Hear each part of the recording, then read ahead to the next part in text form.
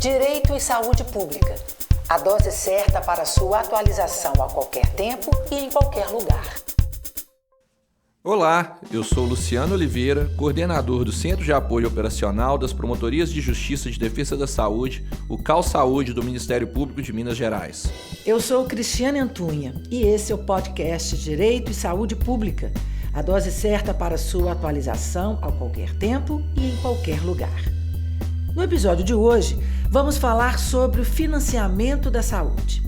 A Constituição Federal determina que o financiamento do Sistema Único de Saúde seja feito de forma tripartite, com investimentos da União, dos estados e dos municípios. O SUS, contudo, sofre historicamente com subfinanciamento e com a incerteza dos recursos a serem investidos. Para debater esse assunto, o nosso convidado é o secretário de Saúde de Contagem, Fabrício Henrique dos Santos Simões. Secretário, seja muito bem-vindo. Seja bem-vindo, Fabrício. Obrigado pelo convite e estou à disposição. Fabrício, então vamos começar. Eu vou começar pedindo para que você conte para a gente um pouco da sua trajetória profissional no SUS. Bom, iniciei minhas atividades no Sistema Único de Saúde em 2011. Eu sou servidor efetivo da Escola de Saúde Pública do Estado de Minas Gerais. Tive uma sequência na Secretaria de Estado de Saúde de Minas Gerais, onde pude trabalhar no programa Hiperdia Minas, como coordenador de Ciência e Tecnologia, do Estado também na área da saúde. Tive uma trajetória no Núcleo de Judicialização. Recentemente tive a satisfação também de atuar como secretário municipal de saúde em Pedro Leopoldo e agora ocupo a função no município de Contagem. Bom, da experiência ampla, né? Demais, e assim, vou confidenciar aqui, eu conheci o Fabrício, secretário de saúde de Pedro Leopoldo, eu como promotor, e agora, num município tão desafiador que é Contagem. Fabrício, o financiamento da saúde atualmente, esse financiamento é suficiente para garantir cuidado de qualidade para a nossa população? Olha, não tem como a gente negar que existe uma insuficiência do financiamento na saúde pública, especialmente. A literatura traz para a gente uma condição de investimento nos países, especialmente mais desenvolvidos, algo próximo em torno de 7% do PIB, no caso do investimento público. A gente pode dizer que hoje o Brasil está um pouco abaixo disso. A gente investe aproximadamente algo próximo de 3,8% do PIB na saúde pública. Então isso, de fato, traz uma série de repercussões na lógica do investimento em todas as áreas, desde a atenção primária, a média e alta complexidade, a urgência e emergência. Traz inúmeros desafios. Só como efeito de comparação, a saúde suplementar ela aplica quase que 3 vezes mais na lógica per capita do que a saúde pública. E isso ela só faz assistência, porque o SUS ele tem uma atuação bem mais ampla, Fabrício? Perfeito, doutor Luciano, porque eu costumo dizer o seguinte: a saúde suplementar ela trabalha numa lógica de segmento de mercado. Ela não presta um atendimento integral como o Sistema Único de Saúde faz. Então a gente precisa ponderar muito essa lógica do investimento e, de fato, lembrar também que a saúde suplementar ela atua para 50 milhões de brasileiros. E o Sistema Único de Saúde, ele atua, no caso, para os 200 milhões de brasileiros. Isso. Então, partindo para uma parte que é um pouco mais técnica aqui para o nosso público, como que é a composição desse financiamento? Você disse que ele é tripartite, então nós temos esforços da União, dos estados e dos municípios, não é isso? Exatamente. Nós temos uma trajetória de construção do financiamento da saúde do Brasil, começa lá especialmente no ano 2000, com a EC 29, e nesse momento havia um desafio para exatamente construir de que forma os entes federados iriam participar do financiamento do Sistema Único de Saúde. A gente pega ali inicialmente uma discussão sobre porcentagens de investimento e a gente tem o primeiro passo. Os municípios, numa proposta inicial, é um investimento de 15%, os estados 12% e a União lá atrás, essa conversa a gente sempre brinca até hoje enquanto gestor municipal, que a União ela nunca teve de fato um número assertivo para ser investido e isso traz uma certa insegurança para os gestores na área da saúde na lógica do planejamento financeiro. Bom, nessa questão histórica, a gente vai passando ali pela emenda constitucional número 86, em 2015, até chegar agora, especialmente até um pouquinho antes a lei complementar 141, mas até chegar agora na emenda constitucional número 95, que aí sim trouxe, de certa forma, a lógica do teto do gasto, trazendo uma lógica de investimento da União com 15% da receita corrente líquida, mais o investimento baseado no IPCA do ano anterior. Bom, nesse sentido, como que ficou toda essa celeuma e esse contexto histórico atualmente?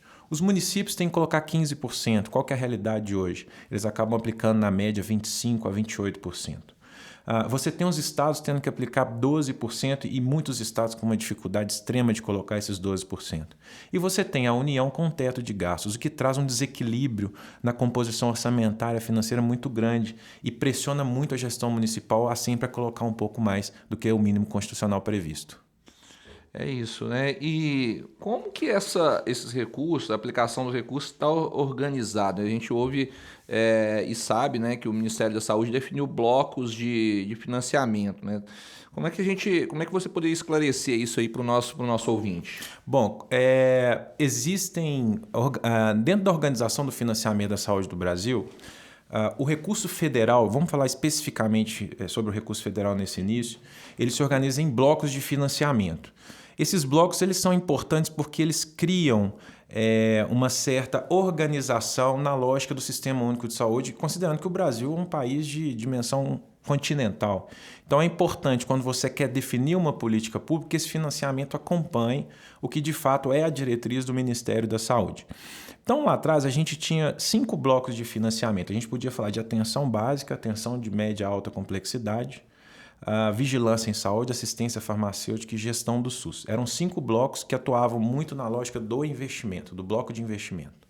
A gente teve, com o passar do tempo, a criação em 2009 do bloco de investimento, na verdade, um bloco de custeio de investimento, e mais para frente, com a portaria 3992 no ano de 2017, o Ministério da Saúde resolve unificar esses blocos, e aí, ao invés da gente ter 7 blocos de financiamento, a gente passa a ter 2, que seria um bloco de custeio e um bloco de investimento. Mas só para lembrar os gestores e todos os ouvintes também, que eu acho que é importante, esses 5 blocos lá de trás não é que eles deixam de existir, eles mudam a composição da estrutura contábil dentro da lógica de financiamento, eles viram subfunções. O que quer dizer isso? Eles continuam tendo o seu valor, né, e continuam tendo a sua importância dentro da lógica do financiamento, mas ao invés de eles serem blocos assistenciais, eles passam a ser subfunções contábeis em que obriga o gestor da mesma forma a cumprir o que está definido no programa de trabalho orçamentário, especialmente quando a União faz o repasse. Ou seja, os gestores devem cumprir aquilo que está programado, mesmo na lógica da subfunção contábil. E dá para remanejar, Fabrício, porque a gente sabe, como você disse, né, que o problema ele se torna mais agudo lá no município, né? E muitas vezes o cidadão bate, né, na porta do secretário de saúde. E vamos lembrar, né, você colocou bem, um país de proporções continentais. Então é difícil, né, pensar que o gestor federal vai acompanhar isso lá nos municípios. Como é que isso pode ser ajustado, essa sintonia fina pode ser feita lá na ponta? Olha, doutor Luciano, é importante ressaltar que o gestor ele tem autonomia para movimentar esse recurso dentro dos blocos, dentro dessas subfunções. Mas o gestor tem que ter a atenção, porque ao final do exercício orçamentário financeiro, ele tem que cumprir o propósito do repasse do recurso. Então não é simplesmente, eu costumo dizer até de um ponto de vista mais didático, é como se fosse um empréstimo. Né? Você pode fazer um empréstimo entre os blocos, mas ao final do exercício, esse bloco tem que estar com aquele recurso devidamente quitado para que, de fato, você cumpra aquele planejamento que você fez ali no seu plano municipal de saúde, o que está previsto dentro da sua programação e especialmente na sua prestação de contas quando você fizer o relatório anual de gestão. Então, assim, digamos que haja X milhões num determinado bloco. Ele pode, durante o exercício financeiro, remanejar para outra função, mas ao final do exercício financeiro, o gestor tem que ter gasto aqueles X milhões que estavam previstos inicialmente. Ele tem que ter gasto e tem que ter cumprido o objeto proposto em relação ao planejamento que ele fez. Secretário, tem uma lista aí das maiores dificuldades dos municípios no financiamento das ações da saúde? Você poderia listar essa lista de dificuldades? Olha, o grande desafio, assim, eu acho que na lógica do financiamento, especialmente nos municípios hoje, é porque se a gente for fazer uma análise histórica, a gente tinha, há 30, 40 anos atrás, uma participação muito forte da União no financiamento da saúde. A União compunha algo próximo de 75% do que se gastava na saúde dos municípios, né? E atualmente a gente vê uma inversão de lógica. Hoje a União tem participado com algo próximo em torno de 42%, 45%. Por quê?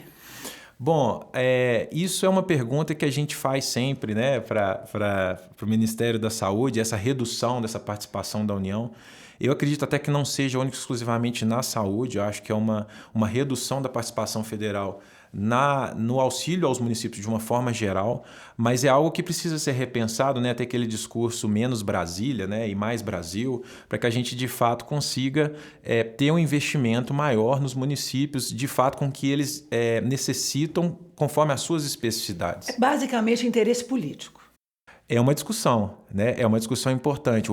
Não só o interesse político, mas de fato compartilhar isso com os municípios, porque eu digo o seguinte, o cidadão vive no município, né? De fato, quem tem a condição de saber a realidade, a especificidade do que tem que ser investido, são os prefeitos, são os secretários municipais, e eu acho que o papel do Ministério da Saúde, o papel das secretarias estaduais devem ser, de fato, de apoiar na lógica do planejamento e do financiamento, para que esses municípios possam, de fato, aplicar da melhor maneira os seus recursos.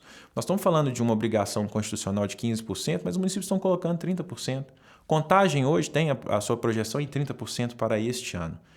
E isso, de fato, se a gente faz um somatório com a educação, que é mais 25%, você está pegando 55% do orçamento de um município para duas áreas que são muito importantes, mas que, de certa forma, pressionam, né, os outros investimentos que o município também precisa fazer. Então, é fundamental que a gente busque uma mudança nessa trajetória, né, uma mudança nessa composição orçamentária para que os municípios tenham um fôlego maior e também investam mais na lógica eu falo no bloco de investimento, de construções, de obras, que também são importantes para que as cidades desenvolvam de uma forma mais convergente com o que o cidadão precisa. E a destinação de recursos por meio de emendas parlamentares? Qual que é a sua avaliação? Bom, esse é um tema muito importante para a gente conversar um pouco sobre ele, porque, na verdade, existe até uma certa tensão, um tensionamento quando a gente fala um pouco sobre isso, porque a gente traz para a luz do processo do financiamento da saúde os parlamentares, né? E aí é óbvio, a gente tem que falar do interesse político e do mecanismo financeiro, que isso acaba convergindo em relação a esse debate das emendas. Eu acho que o grande tensionamento aí, exatamente, é você fazer uma distribuição adequada com a necessidade de saúde que você tem. Eu costumo dizer que saúde é uma área que a gente tem que tomar muito cuidado para a gente não gerar demandas, né? O que significa gerar demanda? Muitas das vezes, por meio de emendas parlamentares, você acaba investindo numa área que não existe uma necessidade. Vou dar um exemplo. O município recebe um recurso para comprar um tomógrafo por meio de emenda parlamentar. Será que existe a demanda de um tomógrafo naquela região? E às vezes ele acaba adquirindo simplesmente porque ele recebeu o recurso da emenda parlamentar. E aí você acaba gerando uma demanda que talvez não existisse naquele local. Você tem que trabalhar com a saúde não na lógica de gerar demanda, mas de atender às necessidades que lá existem. Então é importante a gente ter um equilíbrio nessa lógica da distribuição das emendas entre os municípios e, para além do equilíbrio, você também perceber de fato quais são as necessidades reais que os municípios têm, para que aí sim você consiga equilibrar a disponibilidade e distribuição desse recurso. E quem pode falar qual é a demanda que o município precisa? Os gestores municipais, com certeza. Eles têm, de fato, eles sabem onde cala aperta, vamos dizer assim, mineiramente. Cris levantou a bola aí para você. E é importante que haja essa conversa, né? Especialmente com os parlamentares. Eu falo que a gente já está falando sobre o subfinanciamento da saúde. Então é preciso que todo recurso disponível seja gasto da melhor maneira possível. Eu digo que R$1 na saúde não vale só R$1, vale muito mais, né? Então acho que esse aspecto da emenda parlamentar precisa ser muito debatido na lógica da necessidade e com um cuidado muito grande para que esse recurso não gere demanda desnecessária aos municípios. Então, Fabrício, agora eu vou tentar trazer o tema aqui para o nosso universo do Ministério Público. A Lei Complementar 141, né, ela coloca que quando não há o investimento suficiente em ações e serviços de saúde, que o Ministério Público deve agir, buscar recomposição, buscar eventualmente responsabilização do gestor.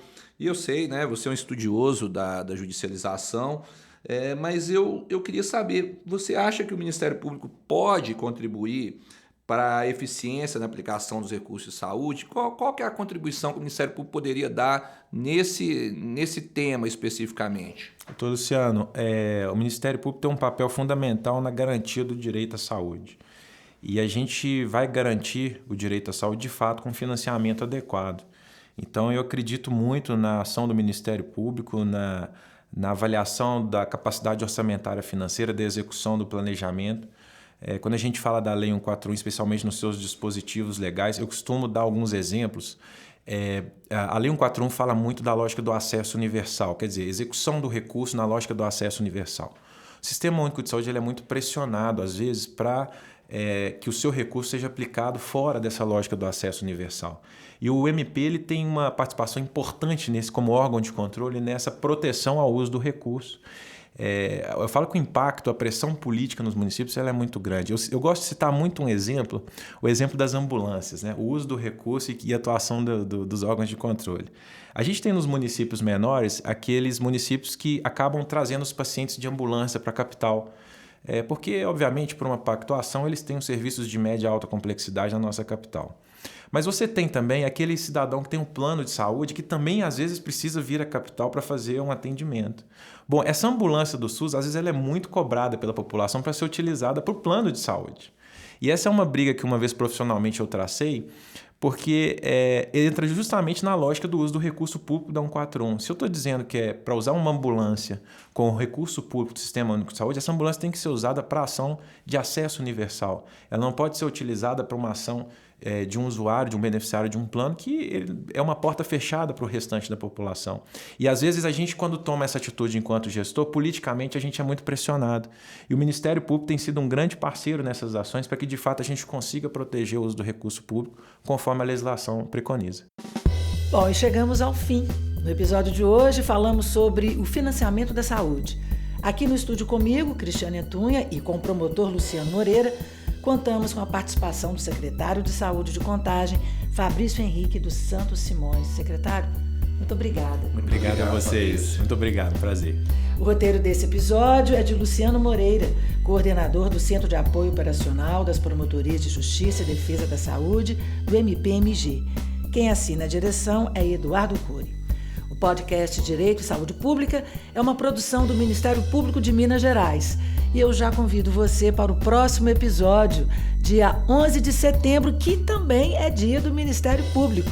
Você pode escutar a gente no Spotify e também pode escutar na Rádio MP. Até lá! Direito e Saúde Pública. A dose certa para sua atualização a qualquer tempo e em qualquer lugar.